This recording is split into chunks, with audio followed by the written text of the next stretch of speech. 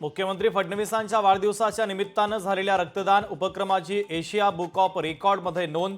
भाजपच्या ऐतिहासिक रक्तदान मोहिमेला आंतरराष्ट्रीय मान्यता। राज्यातील शेतकऱ्यांच्या कर्जमाफीसाठी बच्चू कडूंचं पुन्हा आंदोलन, तर कर्जमाफीसाठी उद्या बच्चू कडूंचं राज्यभर चक्का जाम आंदोलन। भिवंडी ठाणे मार्गावर वाहतूक पोलिसाला मारहाण, पोलीस आणि वाहन चालकामध्ये हाणामारी थांबण्यास सांगितलं म्हणून वाहन चालकाला आला राग आणि वाहतूक पोलिसाला केली मारहाण। पुण्यात शरद पवारांच्या राष्ट्रवादीच्या मॅरेथॉन बैठका, प्रदेश अध्यक्ष शशिकांत शिंदे आणि रोहित पवार घेणार आढावा। पक्षाची संघटनात्मक ताकद वाढवण्यासाठी पुण्यात बैठका।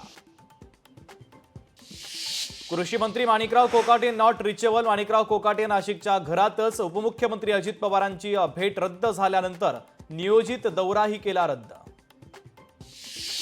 रायगड, रत्नागिरी आणि सिंधुदुर्ग या 3 जिल्ह्यांना रेड अलर्ट जारी, तर मध्य महाराष्ट्र आणि पश्चिम महाराष्ट्राला पावसाचा रेड अलर्ट। हवामान खात्याने वर्तवला अंदाज।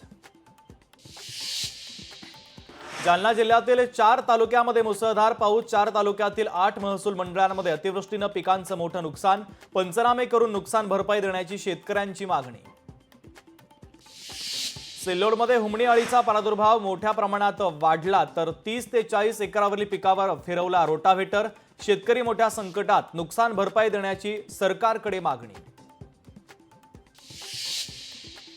हिंगोलीमधील रूज गावकऱ्यांचा शक्तीपीठ महामार्गाला विरोध, महामार्गाची जमीन मोजण्यासाठी आलेल्या अधिकाऱ्यांना पाठवलं परत। जीव गेला तरी चालेल, मात्र महामार्ग होऊ देणार नाही, शेतकऱ्यांची प्रतिक्रिया।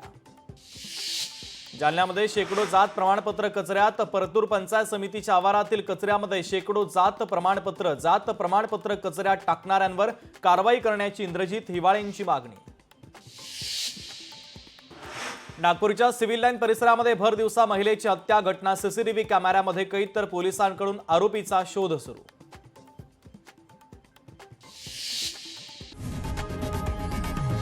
लोकशाही मराठी ऐका, पहा, जागरूक रहा।